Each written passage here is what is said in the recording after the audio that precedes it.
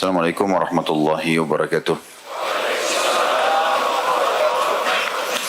Alhamdulillah, kalimat yang selalu kita ucapkan kepada Sang Pencipta, karena benar-benar kita berharap hasil daripada kalimat ini sesuai dengan janjinya. Pasti dia akan memenuhi kebutuhan kita dengan kalimat ini. Dan kita sebagai orang yang beriman pasti yakin dengan janji Allah, karena innallaha la yukhliful mi'ad. Maka selalulah mengucapkan kalimat ini, Alhamdulillah. Selanjutnya kita panjatkan salawat dan taslim kepada Nabi besar Muhammad sallallahu alaihi wasallam sebagaimana Allah telah perintahkan kita untuk mengucapkannya. Dan juga tentu kita mengejar apa yang sudah Allah janjikan dengan mengucapkan satu kali salam hormat dibalas oleh Allah dengan 10 kali tambahan rahmat. Melanjutkan dosa besar atau bahasan dosa-dosa besar. Semoga Allah selamatkan kita dari seluruhnya. Dan Allah menyibukkan kita dengan amal saleh, berzikir, berdoa, dan juga kalimat-kalimat yang baik. Pada malam ini dosa besar yang selanjutnya adalah bab manhabahun nasu khaufan min lisani. Yang pegang buku itu di halaman 51, 52, bahasanya sampai 53. Ini ada dua bab sebenarnya kita satukan, tapi saya melihat sama. Masih berhubungan dengan masalah lisan. Beranjak daripada dalil. Jadi ini bab orang yang disegani manusia atau ditakuti oleh manusia karena bahaya lisannya.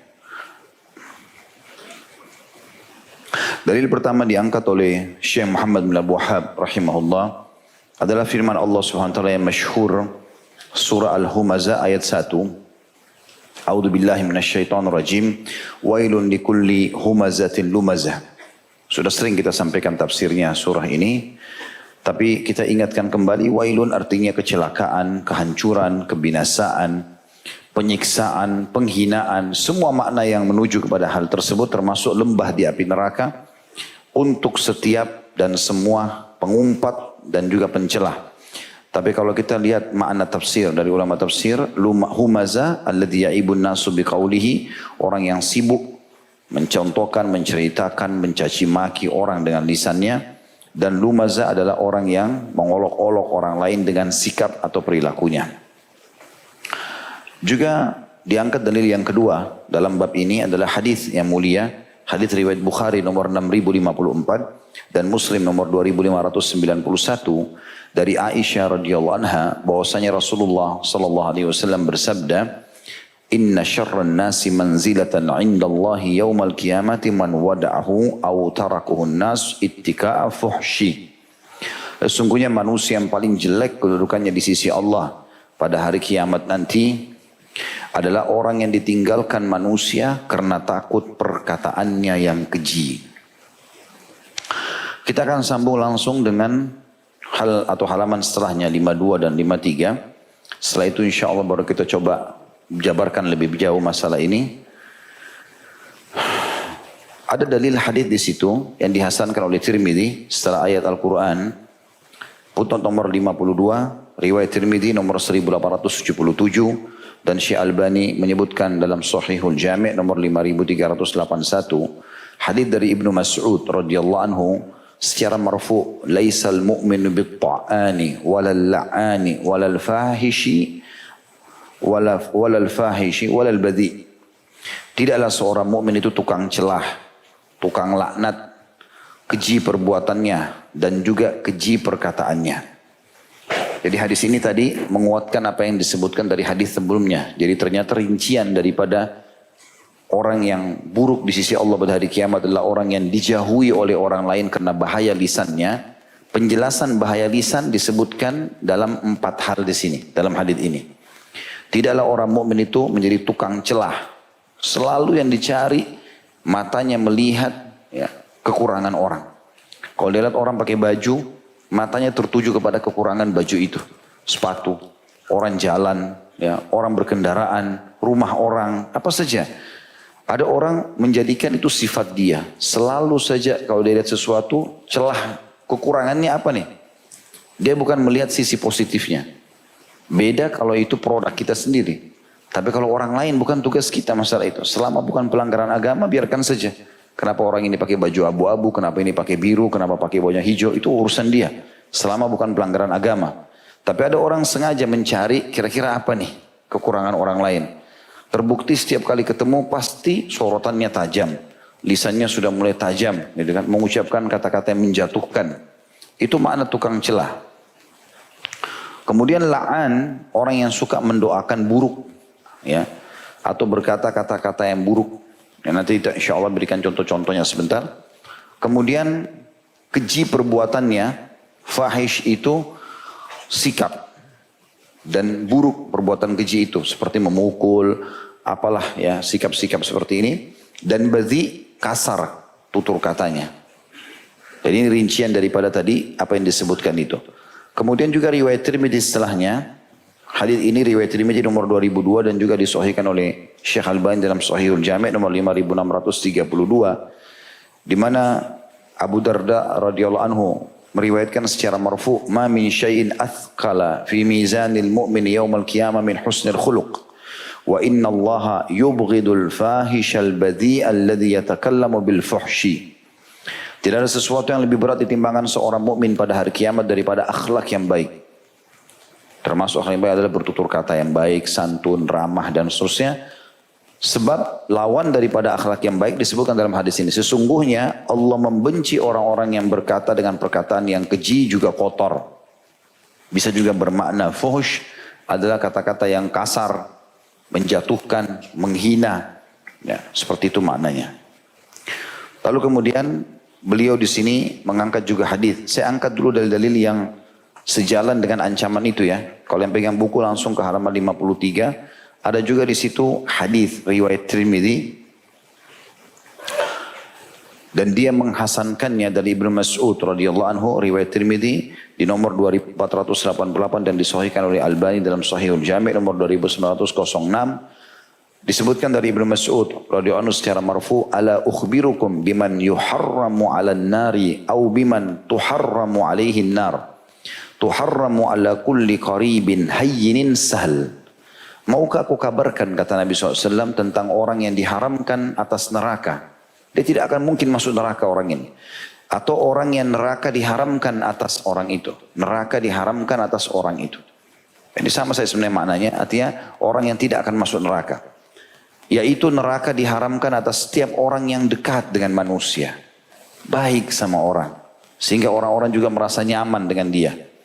Tenang dalam mengambil keputusan. Lembut. Dan juga dia suka memudahkan urusan. Di sini terjemahan gampangan sebenarnya sih lebih baik diganti ya. Karena gampangan bisa ada bermakna negatif. Tapi kalau kita mengatakan dia memudahkan segala urusan itu lebih tepat terjemahannya. Karena kalimat sahal itu artinya memudahkan atau termudahkan. Ya.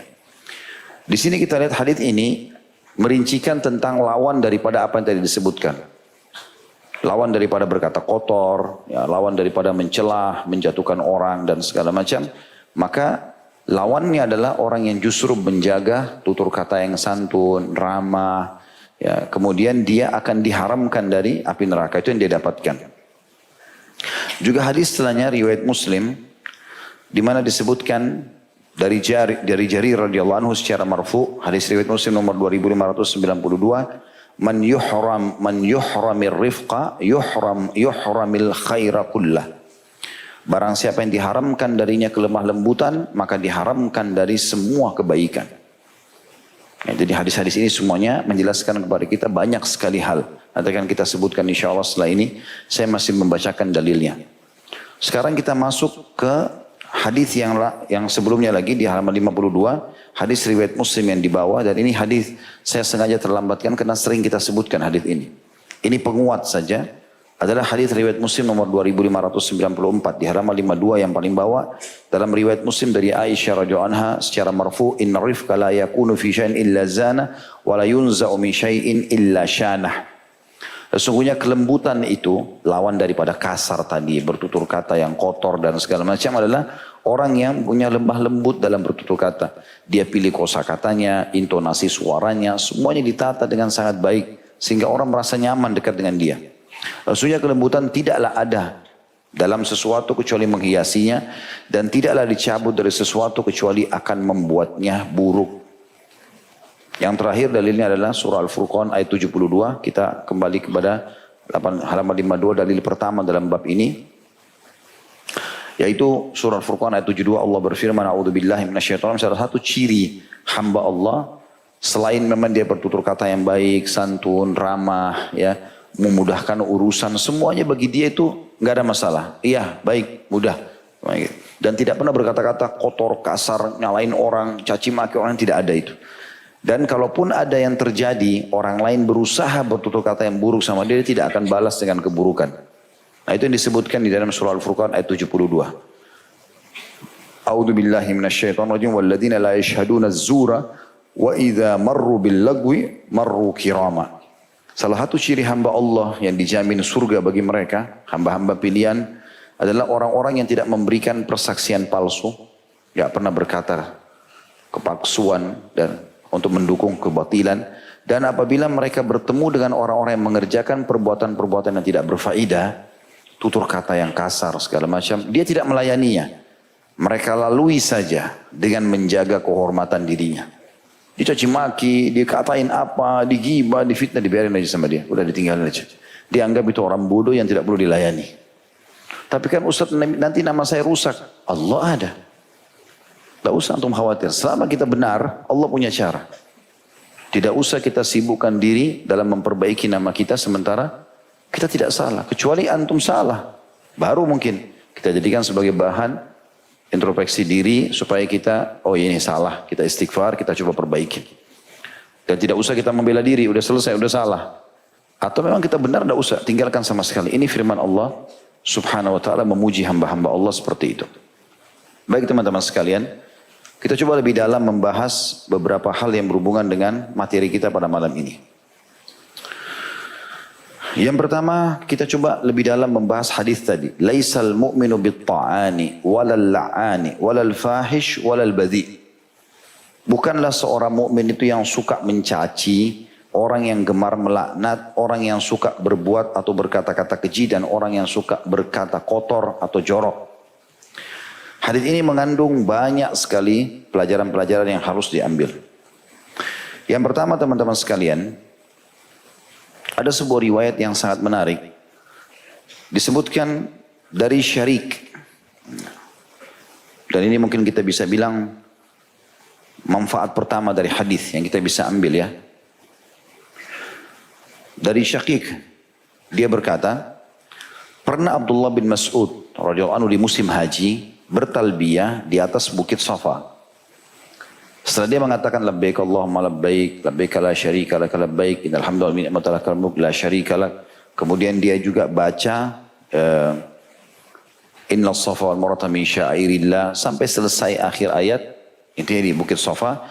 Lalu dia tiba-tiba berkata, Ibnu Mas'ud berkata, Syakik ini seorang tabi'in yang merupakan murid Abdullah bin Mas'ud dan sering ikut sama beliau. Dengar, Abdullah bin Mas'ud mengucapkan begini, wahai lisan, berkatalah yang baik, niscaya engkau akan memperoleh kebaikan. Atau diamlah, niscaya engkau akan selamat sebelum engkau menyesal. Jadi bagaimana dia radhiyallahu anhu menasihati dirinya sendiri. Mulai sekarang lisanmu hanya mengucapkan kebaikan saja. Atau diam supaya kau tidak akan menyesal. Setiap perkataan, makna kalimat ini, setiap perkataan kalau kita belum keluarkan dari mulut kita, berarti masih milik kita. Kita masih bisa mengontrolnya. Pegal segala macam itu gak ada masalah, itu bisa. Jangan dibalas. Nanti kita akan sebutkan ada riwayat di mana Nabi SAW ingatkan, jangan balas keburukan dengan keburukan, diingatkan. Karena ada manfaat yang kita dapatkan nanti. Ada hadis yang akan saya sebutkan insya Allah. Kemudian kalau kita sudah ucapkan, maka ini malah masalah. Karena sulit untuk menariknya kembali. Kata sebagian ulama, yang paling sulit untuk ditarik kembali adalah perkataan yang sudah diucapkan. Biar kita menyampaikan maaf, sudah berbekas sama orang. Biar juga kita sudah beristighfar, tetap tercatat di buku amal kita yang akan tetap nanti diperlihatkan pada hari kiamat. Dan pepatah bahasa Arab mengatakan, kalau kau titip emas pada orang, pastikan tidak akan bertambah. Tapi kalau kau titip kata-kata, pastikan dia akan bertambah. Gitu. Maka dia mengatakan, wahai lisan, berkatalah yang baik, niscaya engkau akan memperoleh kebaikan. Dan atau diamlah, niscaya engkau akan selamat sebelum engkau menyesal. Maka bertanya Syakik ini, wahai Abu Abdurrahman, ini julukannya Abdullah bin Mas'ud radhiyallahu anhu, apakah ini suatu ucapan yang anda ucapkan sendiri, atau anda pernah dengar dari Nabi SAW? Kata beliau, tidak. Bahkan aku telah mendengar dari Rasulullah SAW. Maksudnya bukan seperti itu letterlet dari Nabi. Tapi aku pernah dengar Nabi SAW bersabda, Aktharu khataya ibn Adam fi lisanihi. Ketahuilah bahwasanya kebanyakan dosa-dosa anak Adam justru ada pada lisannya. Diriwayatkan oleh Tabarani dan dihasankan oleh Syekh Albani.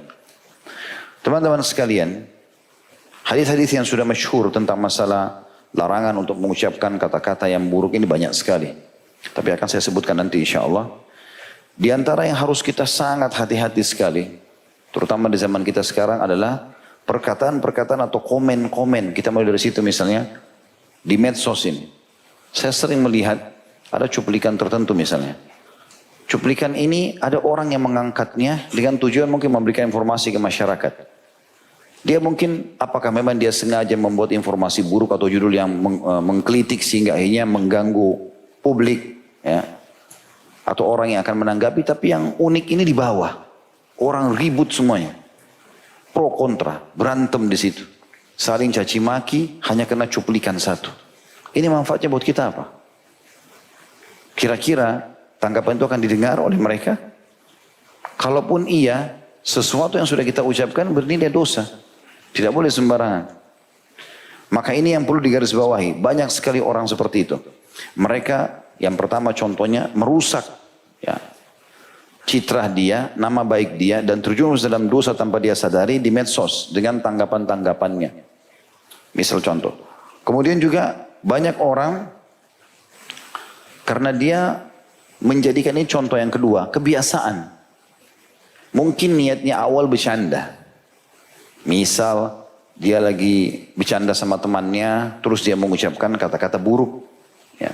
Apalah kata-kata buruk itu? Mungkin karena materi kita justru berhubungan dengan masalah ini, tidak mungkin kita berikan contoh. Tapi banyak orang mengucapkan kalimat itu. Bahkan kadang-kadang mendoakan dirinya sendiri. Ya. Matilah saya, celakalah saya, gitu kan.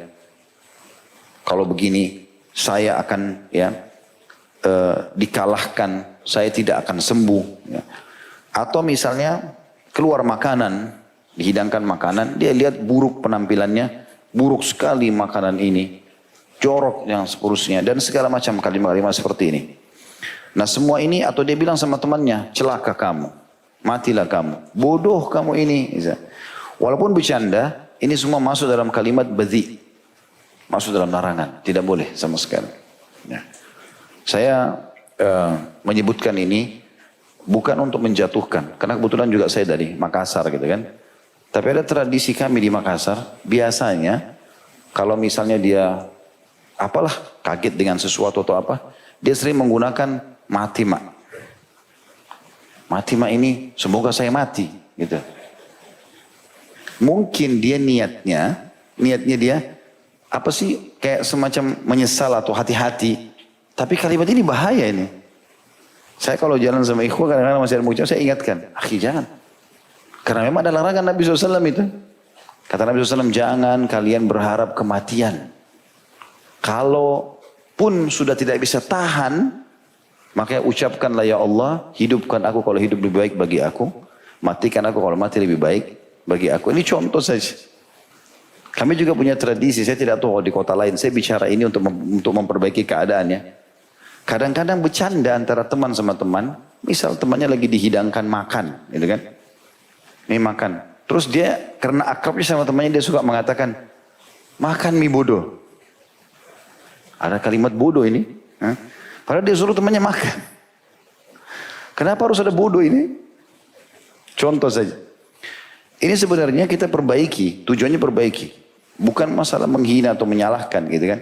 Tapi saya menemukan hal-hal ini harus diperbaiki, nggak bisa dibiarkan. Karena kalimat mengucapkan bodoh, ya, buat dirinya, buat orang lain, ini termasuk kalimat badhi yang tidak boleh. Karena ini mengandung makna yang kurang baik, ya. Larangannya itu ada. Syekh Salim Al-Hilali menyebutkan dalam salah satu buku beliau, ya, beliau mengatakan bahwasanya larangan menurut Al-Quran dan Sunnah mengungkapkan kenistaan, perbuatan dan perkataan kotor. Dan itu hukumnya adalah haram. Dan itu bukan sifat seorang mukmin. Tindakan itu akan mengundang aib serta merendahkan martabat orang lain serta juga martabat dirinya sendiri. Contoh saja gitu kan. Jadi contoh itu betul-betul sangat real di lapangan yang harusnya kita perbaiki. Mungkin teman-teman lebih paham masalah itu pada saat bercanda sama teman-temannya gitu kan. Akan apa sih digunakan bahasa itu tadi contoh yang saya lihat sendiri, yang saya coba menyampaikan bukan sekali lagi untuk menjatuhkan tapi tujuannya untuk memperbaiki gitu kan. Supaya jangan menggunakan kata ini. Kenapa kita tidak ganti misalnya bodoh dengan pintar? Ya. Kenapa kita tidak mengucapkan kata-kata buruk, kita ganti dengan kata-kata baik misalnya. Ya. Contoh saja. Bahkan saya temukan ini tidak sering suami istri. Ya. Tidak salah, itu sering terjadi. Saya pernah berjalan dengan panitia pengajian, saya pulang dari pengajian, diantar suami istri. Itu ternyata di mobil itu sambil ngobrol, si istri manggil dengan julukan tertentu, suami juga panggil julukan tertentu. Karena sering diucapin saya tanya, apa itu akhi? Oh ini waktu dulu sering begini dan begitu. Dan itu panggilan tidak baik. Si istri panggil seakan-akan ngolok-ngolok suaminya. Si suami juga panggil ngolok-ngolok istrinya. Tanpa mereka sadari ini bahaya. Ini bisa masuk dalam badhi. Untuk apa kita ucapin kalimat itu? Walaupun kita niatnya bercanda. Gitu kan? Pernah Aisyah mengucapkan kalimat tentang Sofia radhiyallahu anhunna ajma'in. Kata Aisyah begini. Ya Rasulullah, cukuplah engkau dari wanita Yahudi yang pendek itu. Kalimat saja, pendek. Mungkin memang postur tubuhnya pendek gitu kan. Tapi kalimat itu apa kata Nabi SAW? Wahai Aisyah, kau sudah mengucapkan kalimat, kalau seandainya ditaruh di laut, rusak laut itu. Kalau dosamu itu nanti dosa dari kalimat ini ditaruh di laut, rusak laut itu. Padahal laut itu begitu luas. Gitu kan. Ini saking besarnya bobot kalimat tersebut. Artinya tidak boleh mengucapkan. Untuk apa kita ucapkan gitu? Seperti itulah. Nabi SAW bersabda sebagai peringatan dan penting, ini hadis riwayat Muslim, apapun yang ada di antara dua orang yang saling mengumpat, saling menyerang, ia merupakan sebuah dosa bagi orang yang mulai memicunya. Jadi kalau seandainya antum mulai mencaci maki orang, mulai menggibahnya, sehingga akhirnya antum dibalas, gitu kan? Maka dosa yang menumpuk justru kepada orang yang memicunya, yang memulainya. Jika orang yang disakiti tidak melangkah untuk melakukan perlawanan atau tidak membalas, karena kalau dia juga balas sudah dianggap impas. Ada hadis Nabi yang lain berbunyi, kalau ada dua orang yang sedang bertengkar akan didatangkan hari kiamat nanti si A sama si B misalnya, kemudian dilihat kadar kezaliman, misal si B menzalimi si A, dilihatlah kadar kezalimannya si B. Kalau misalnya dilihat pembalasannya si A, B menzalimi si A, dilihat kadar pembalasannya si A. Kalau si A membalas dengan jenis kezaliman yang sama, mengumpat, gibah misalnya, atau celah atau apa saja, misal berimbang, nilainya si B memulai 10, si A juga 10 dia balas. Maka ini impas. Gitu kan? Kalau seandainya si A tidak membalasnya, maka nanti dia akan diberikan pahala sesuai dengan kadar dosa itu kalau dinilai dari sisi pahala. Itu Allah SWT punya urusan yang akan menilai pada hari kiamat nanti. Kalau seandainya balasannya si A melampaui daripada kezaliman si B, misal ini mengumpat, ini balas membunuh. Bunuh lebih besar daripada mengumpat. Maka nanti akan diambil pahala si A dikasih kepada si B. Padahal si B tadinya ini jadi masalah. Tetapi yang kita ingin garis bawahi kalau seandainya si A tadi tidak ikut-ikut balas. Maka dia akan lebih aman di sini. Ya. Seperti itu penyampaian Nabi alaihi salatu wassalam. Banyak hadis mengingatkan masalah ini, diantaranya hadis Nabi SAW, sungguhnya Allah sangat marah dengan hal yang memuakkan, membuat orang semua tidak suka. Seseorang yang bermulut kotor. Juga Nabi SAW dalam hadis yang masyhur tentang masalah bangkrut, kita sudah tahu hadis itu tentunya, yang datang hari kiamat benar mencaci maki orang yang memukul orang itu, mengambil hak orang, akhirnya diambil pahala-pahala, dia dibagikan ke orang-orang tersebut, kalau habis dosa-dosa mereka ditimpahkan. Juga Nabi SAW mengatakan Allah tidak mencintai siapapun yang bermulut kotor dan juga cabul, suka berkata kosakata yang tidak baik, baik itu buat dirinya sendiri, buat orang lain, gitu kan, walau bercanda ataupun serius. Begitu juga disebutkan Nabi SAW mengatakan contoh-contoh yang banyak pencacian seorang mukmin, kalau sampai orang sampai mencaci, adalah fasik, perbuatan jahat, dan pembunuhannya adalah kekufuran. Juga Nabi SAW mengatakan orang yang memaki kedua orang tuanya terlaknat. Ya mungkin misal ada orang mengatakan ibu saya itu begitu dan begitu, ayah saya itu begini dan begitu. Misal ada anak-anak begini kadang-kadang curhat sama temannya, ibuku itu begini, ayahku itu begini, semuanya keburukan diceritakan. Ini sama dengan kata-kata badhi, tidak boleh. Tidak boleh kita menyebutkan keburukan orang tua walaupun dasarnya ada keburukannya. Begitu juga Nabi SAW mengatakan seberat-berat dosa ialah seseorang memaki ibu bapaknya. Para sahabat mengatakan, ya Rasulullah, apakah ada orang mencaci maki ibu bapaknya? Kata Nabi SAW, ada. Dia mencaci maki ibu bapak orang lain, maka orang lain itu membalas mencaci maki ibu bapaknya. Jadi sama saja dia yang memulainya, dia menjadi penyebab masalah itu. Juga Nabi SAW menasihati seorang sahabat yang mulia, ini nasihat yang sangat baik. Ada seorang Arab Badui datang kepada Nabi SAW, lalu kemudian dia bilang, ya Rasulullah, berikan saya wasiat. Kata Nabi SAW, hendaklah engkau bertakwa kepada Allah. Kemudian sekiranya ada orang yang memalukanmu lantaran dia mengetahui sesuatu aib yang pada dirimu, maka janganlah engkau membalasnya dengan memalukannya dengan sesuatu yang kau tahu tentang dirinya. Karena kelak bencana akan menimpa orang itu dan pahala akan diberikan kepadamu. Juga jangan sekali-kali mencaci maki apapun. Dari hadis ini tadi yang saya janjikan, saya bilang ada hadis yang saya akan sebutkan. Nabi SAW ingatkan laki-laki orang Badui ini, bertakwa kepada Allah. Selalu kau takut, Allah perintahkan kerjakan, Allah larang jauhi. Dan ingat, kalau seandainya ada orang sengaja tahu ada aibmu, dia sebarluaskan. Dia sebarluaskan segala macam. Jangan kau balas itu dengan aib dia yang kau tahu juga untuk kau sebarkan. Tidak usah balas dengan itu. Karena Nabi SAW menjamin bencana akan menimpa orang tersebut dan kau akan diberikan nilai pahalanya. Kau akan diberikan nilai pahalanya.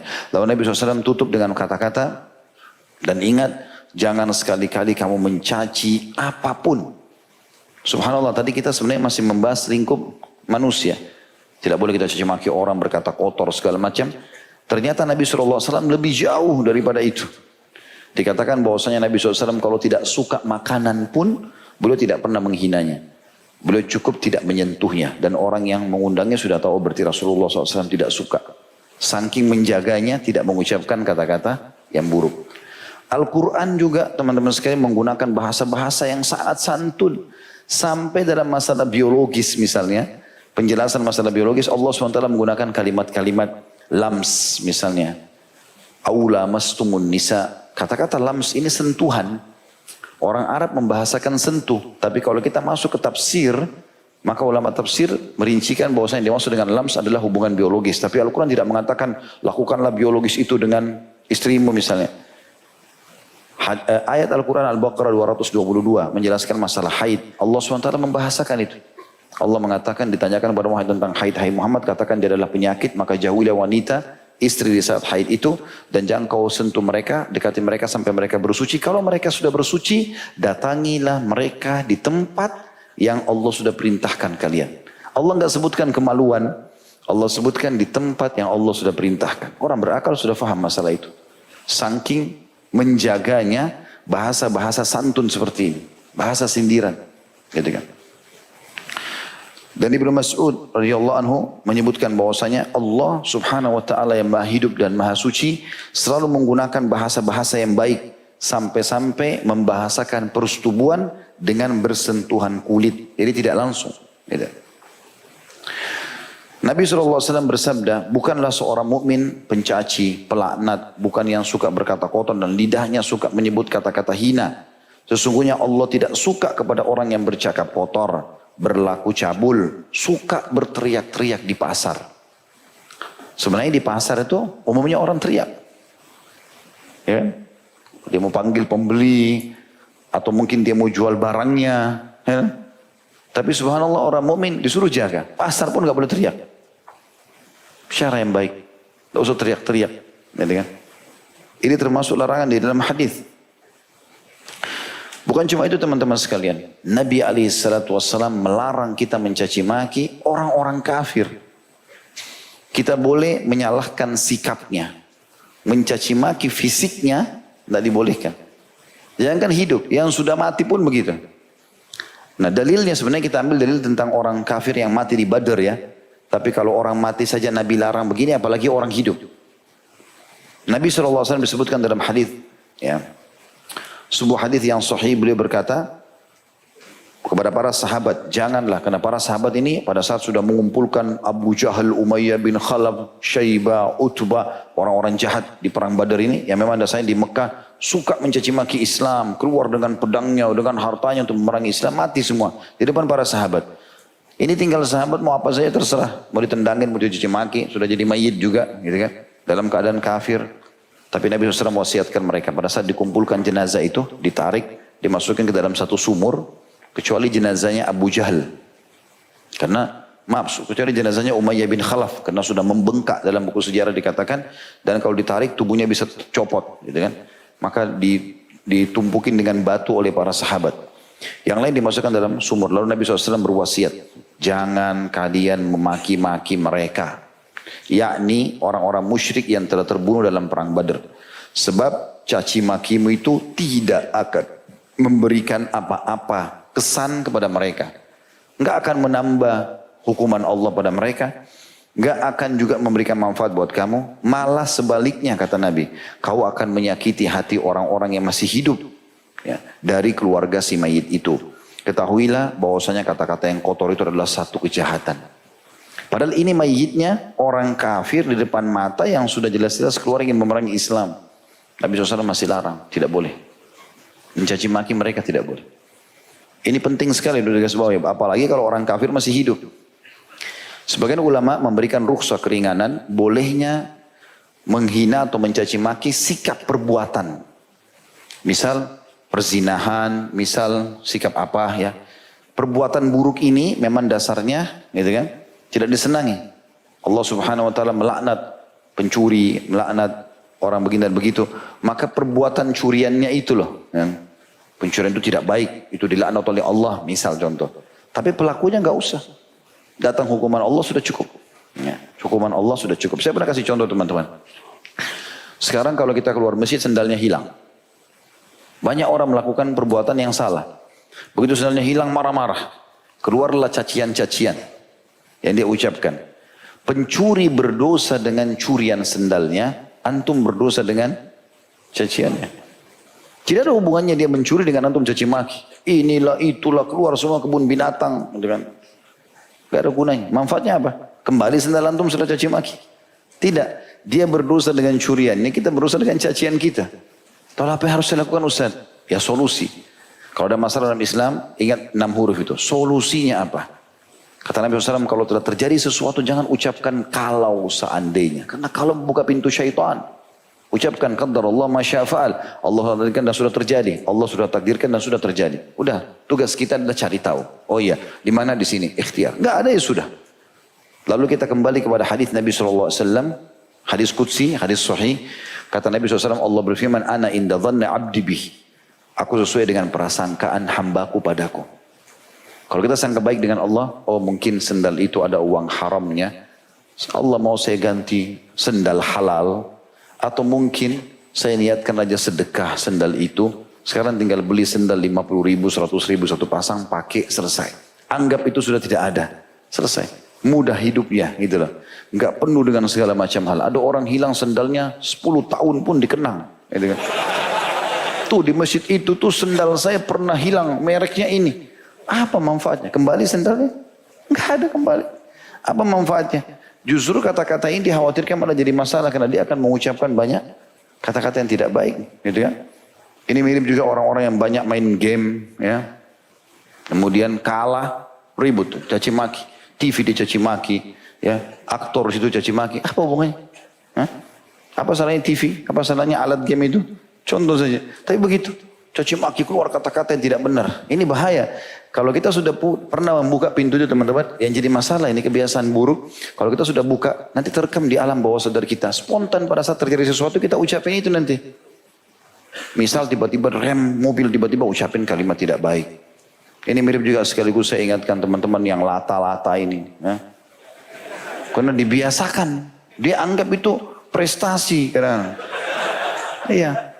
Karena awalnya karena dia anggap itu temannya lelucon ketawa. Lama-lama jadi begitu benar. Gitu kan. Padahal sebenarnya itu bisa diperbaiki, bisa kok. Kenapa harus dianggap itu sebuah prestasi? Jadi dianggap itu benar kalau dia ngomong begini, kalau ngomongin temannya makin kerjain dia, makin ini tidak boleh semuanya. Masuk dalam badhi, baik si pelakunya ataupun orang yang menggodanya. Tidak boleh kita lakukan itu. Mesti sebaiknya kita coba dengan niat baik. Ini lama-lama lebih niat kita niat baik. Kalau ada teman kita latih dia supaya dia bisa berubah. Kita jangan masuk ke alam yang mengundang dia untuk itu. Tapi kita coba berbahasa dengan bahasa-bahasa yang baik misalnya. Sehingga dia mulai merespon komunikasi dengan kita dengan baik. Insya Allah lama-lama jadi hilang itu. Dengan sendirinya. Gitu kan. Jadi kebiasaan itu kalau sudah dilakukan teman-teman sekalian nanti akan sulit untuk ditinggalkan. Dan itu nanti jadi pola. Ingat ini bahasan lain ya. Tapi hadisnya mirip. Kasusnya sama. Waktu ada seorang sahabat pernah makan di hadapan Nabi SAW. Makan dengan tangan kiri. Nabi SAW bilang. Ganti ke tangan kanan. Dia bilang tidak bisa ya Rasulullah. Apa kata Nabi SAW? Semoga kau tidak bisa. Semoga kau tidak bisa mengangkat tanganmu. Semoga kau tidak bisa. Maksudnya mengalihkan ke tangan kanan. Maka semenjak itu dia tidak pernah bisa mengangkat lagi menggunakan kedua tangannya masuk ke mulutnya. Ulama hadis merincikan bahwasanya hadis ini adalah lanjutannya. Nabi SAW mengatakan sesungguhnya dia tidak meninggalkan itu kecuali karena kesombongan. Artinya tadi dia bisa sebenarnya. Cuma dia mau tunjukkan pada Nabi, saya nggak bisa, memang sudah dasarnya begini, apa boleh buat. Padahal sebenarnya dia bisa, cuma dia tidak mau. Niat saja seperti itu, sudah membuat akhirnya sesuai dengan niat dia. Dan ini berbahaya sebenarnya. Nabi SAW sudah mengingatkan juga, dalam banyak sekali hadis-hadis yang lain, seperti misalnya hadis yang masyhur ya, ini sudah kita tahu sama-sama hadis Bukhari, Muslim, Man kana yu'minu billahi wal yawmil akhir falyakul khairan aw liyasmut, sampai mengaku beriman pada Allah hari akhir maka dia harus mengatakan yang baik atau dia diam, gitu kan. Maka orang mukmin harus jauh dari sifat suka mencaci maki orang, mencaci maki dirinya, gemar melaknat atau mendoakan yang buruk-buruk, gitu kan. Suka berbuat dan berbicara keji, mengumbar kata-kata jorok, ya apapun sifatnya, semua harus dijauhi. Karena itu akan mencoreng keimanannya. Dan kapan memang dia niatkan keburukan, secara otomatis masuk dalam istilah bahasan kita pada malam ini. Atau diistilahkan dengan badi. Kita tutup teman-teman sekalian dengan hadis-hadis yang mulia. Atau hadis Anas radhiyallahu anhu yang mengatakan bahwasanya Nabi SAW tidak pernah sekalipun mengucapkan kata-kata yang tidak baik. Ya. Tidak pernah mengucapkan kata kasar. Kalau Nabi SAW pun ingin menegur orang, Nabi mengatakan apa? Kenapa ya ada kaum yang begini? Contoh, riwayat Bukhari. Pernah ada orang-orang meninggalkan sholat Jumat. Setiap Jumat tidak hadir di masjid. Nabi SAW tahu mereka enggak Jumat. Lalu Nabi SAW ada semimbar. Lalu beliau berkata, kenapa ada kaum yang selalu meninggalkan Jumat? Mereka harus berhenti dari perbuatan itu. Atau Allah akan menutup hati-hati mereka dari hidayah atau petunjuk. Menutup hati mereka dari petunjuk, gitu kan. Nabi tahu siapa mereka, meninggalkan Jumat. Nabi bisa menghardik, tapi Nabi cuma mengatakan kenapa ada kaum yang begini dan begitu. Yang kedua ada riwayat tentang masalah pengumpul zakatnya Nabi SAW yang masyhur. Nabi suruh kumpulin zakat, setelah dia kumpulin, rupanya kena orang tahu dia adalah pegawainya Nabi lah istilahnya gitu kan. Bawa namanya Nabi, saya disuruh Rasulullah SAW kumpulin zakat, maka orang-orang kasih dia uang. Sampai di masjid, dia jujur, dia bagi dua. Nah, ini zakat kalian, ini adalah uang yang saya dikasih, ini punya saya. Nabi SAW langsung menutup celah itu. Naik di atas mimbar, kemudian beliau berkata, setelah memuji Allah, dan juga membaca salat dari beliau SAW, beliau mengatakan, kenapa ya, padahal orang itu ada duduk di depan. Kenapa ya, ada orang yang saya tugaskan mengumpulkan zakat, padahal orang itu ada, dia tidak sebutin namanya. Kenapa ada orang saya tugaskan zakat, kemudian dia mengatakan, ini zakat kalian, ini adalah hak saya. Kalau betul itu haknya dia, coba dia duduk di rumahnya tanpa bertugas. Datang enggak? Kalau orang-orang kasih dia tanpa dia tugas, ya sudah berarti memang haknya dia. Tapi kan orang kasih karena dia bertugas.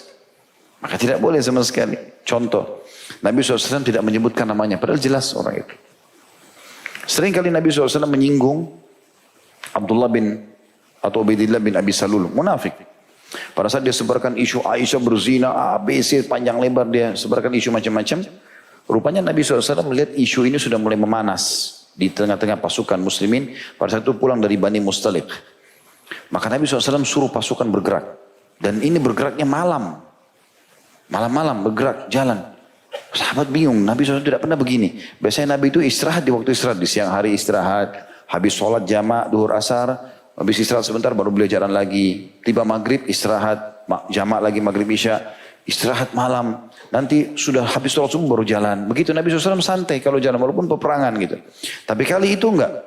Nabi suruh jalan terus, jalan. Mau malam jalan, tidur-tidur di atas unta atau di atas kuda. Jalan. Maka Usaid bin Khudair radhiyallahu anhu, sahabat Nabi yang mulia dari suku Khazraj, mendekat dengan Nabi SAW. Ya Rasulullah, Anda jalan bukan seperti biasanya. Apa kata Nabi SAW? Nabi enggak bilang, tuh temanmu tuh Ubaidillah, cara begini. Nabi SAW mengatakan, apa kau tidak dengar apa yang temanmu ucapkan? Lalu kemudian Usaid bin Khudair ini sudah faham. Kalau Nabi SAW menggunakan bahasa ini berarti menyinggung. Dan dari suku Khazraj cuma satu yang terkenal kepala munafik ini. Kata dia, memang ya Rasulullah dia ucapin apa? Kata Nabi SAW, dia mengucapkan, nanti kalau tiba di Madinah, orang-orang mulia penduduk Madinah, maksudnya seluruh orang-orang penduduk asli Madinah, akan mengusir orang-orang yang hina. Maksudnya para muhajirin dari Mekah. Dan itu puncaknya Nabi SAW. Karena beliau juga muhajir dari Mekah, gitu kan. Maka kata Usaid, ya Rasulullah, sesungguhnya anda yang mulia, dan dia yang terhina. Perintahkan saya Rasulullah, perintahkan apa saja. Saya akan lakukan pada dia. Termasuk kalau anda suruh saya memenggal kepalanya. Nabi SAW masih bisa mengatakan, jangan hai Usaid. Nanti orang akan mengatakan, Muhammad membunuh teman-temannya. Padahal ini munafik. Tapi karena hidup bersama-sama masih dianggap teman oleh Nabi SAW. Yang penting kita sudah tahu orang ini munafik. Sudah nggak dikasih kedudukan, segala macam. Tapi interaksi ya. Siapa tahu satu waktu dapat hidayah. Begitu mulianya akhlak baginda Nabi SAW. Dan ini harus jadi pelajaran teman-teman sekalian. Kesimpulannya apa yang kita bahas pada malam ini adalah bagaimana seseorang muslim menjaga lisannya dan jangan sampai dia mengeluarkan kata-kata kotor, jorok, menyinggung orang lain, baik buat dirinya atau orang lain ya, bercanda ataupun serius. Karena itu nanti akan bisa masuk dalam bab dosa besar ini. Allahu a'lam. Begitu saja. Subhanakallahumma bihamdika, asyhadu an la ilaha illa anta astaghfiruka wa atubu ilaik. Wassalamualaikum warahmatullahi wabarakatuh.